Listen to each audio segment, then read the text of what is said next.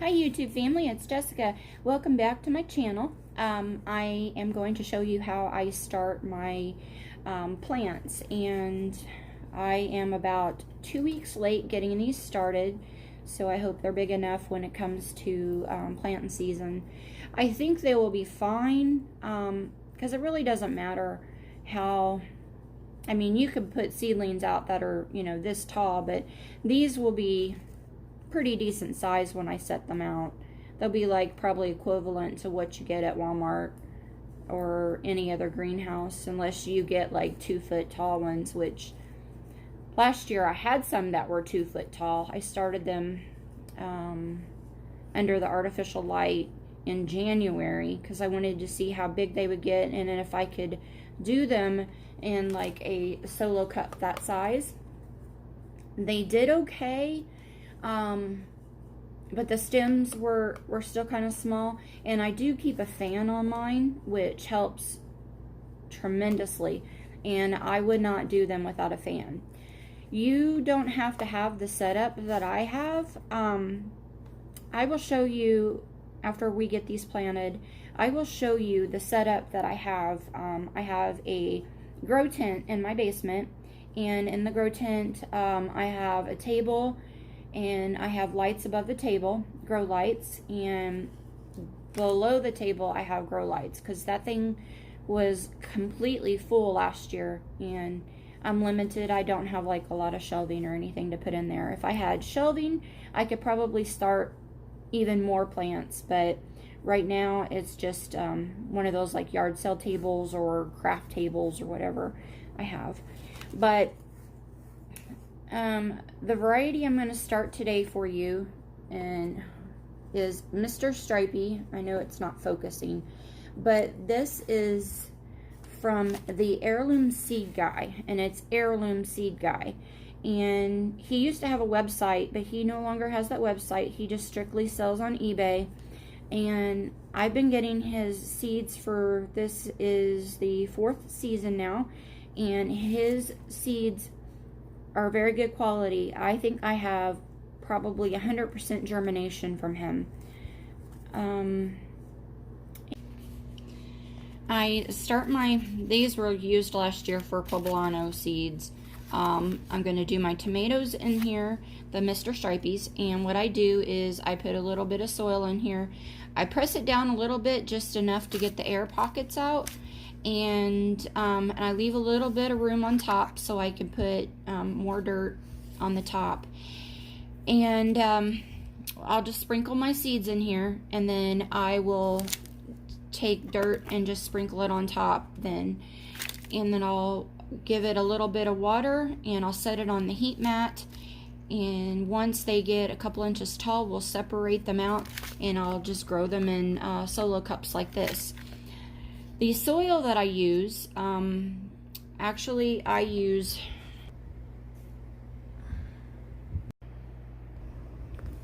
and then I mix it with a peat. I put it in this container. Okay, I have just got the seeds sprinkled in there. It doesn't matter how close they are together because I will be taking the seedlings out and transplanting them into the solo cups or other containers. And then I just sprinkle the dirt over top. That's all there is to it. And then give it a little bit of water. And in a week, we should be able to transplant these into a bigger container. And then I'll show you the setup I have in my greenhouse downstairs, or my grow tent, whatever you want to call it. Okay, now excuse the mess. Apparently last spring, whenever I took all the plants out of here, I didn't clean this up. So I've got to get down here with a little handheld broom and dustpan and get this cleaned up. I hope this shows up. I have a couple different methods that I use, and I've tried several different things, and they've all seemed to work. This is one of the ways. This has been plugged in for probably about an hour now. These are LED, or not LED, compact fluorescent bulbs.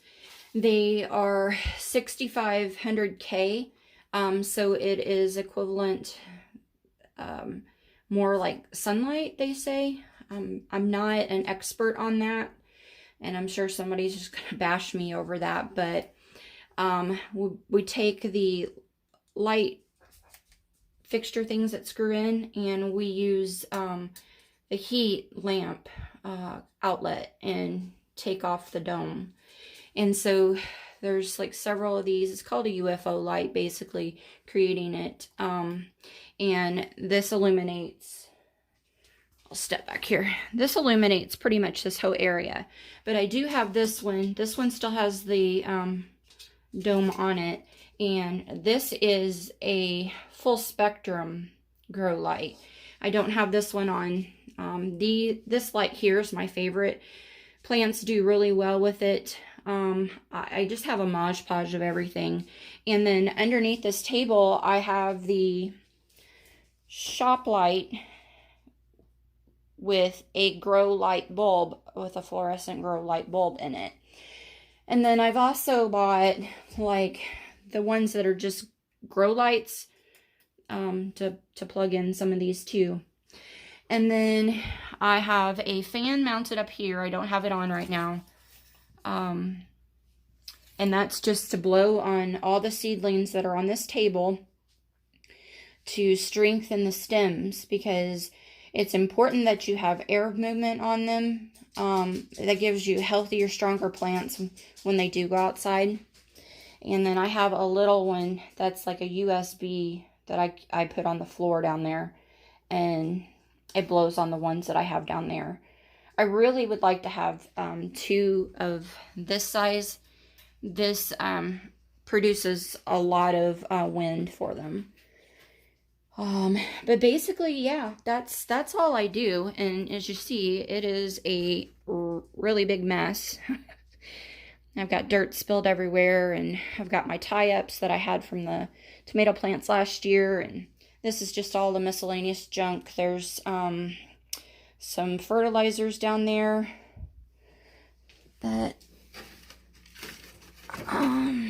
let's see if I can get this. Is the label's really yucky.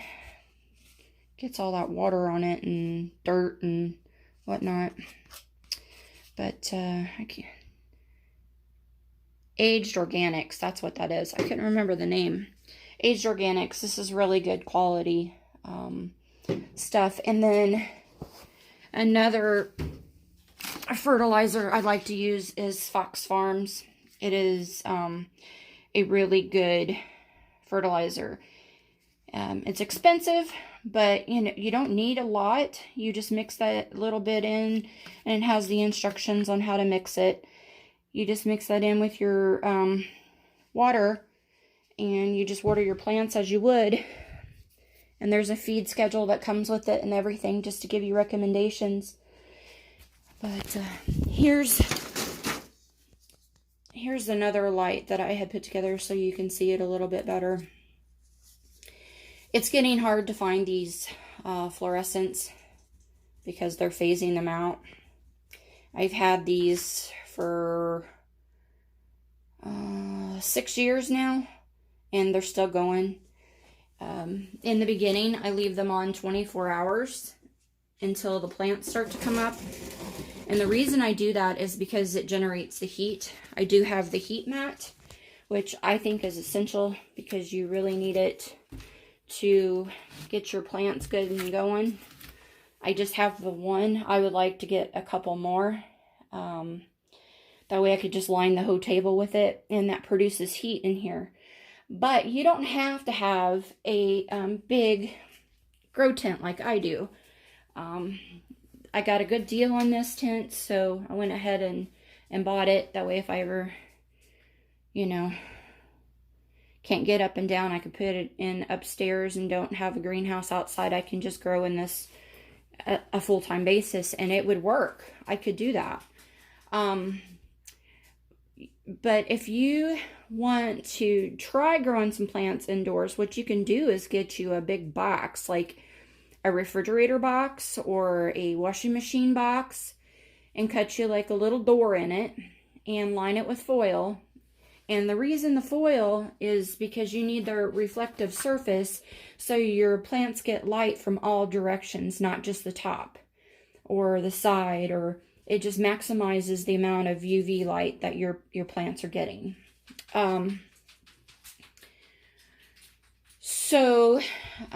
Let's see, what else was I going to say? My brain's just kind of all over the place. So yeah, you could just line it and get you a heat mat like this. These are about, I think, like $10 or something like that. You could probably get different prices. They don't get like extremely hot, so I can leave it on this table and not worry about it, you know, overheating or anything. And then just get you a brooder light like this and buy a plant bulb and stick it in there. Or you can make something like this, or you can buy you a grow light. They have them all different prices online. I just bought a new one. I got it from a lady, and she had it for sale. She had gotten like one of these hauls from, like, you know, a pallet sale, and she offered it for sale for $2. She did not know what it was. She didn't know it was a grow light. Because the box had no markings, but I knew what it was when I saw it, so I got it for $2. I felt kind of guilty, but it's not a real expensive brand or anything, so I didn't feel too guilty, but I got a really good deal on it. So that's really all you need, a little container, and you don't have to have fancy greenhouse containers. You can just use whatever you got. And just don't let them dry out. You have to keep them watered. And you could pretty much start anything. So that's what I got for now. I'll give you an update on how things are progressing as we go along. Thanks for watching.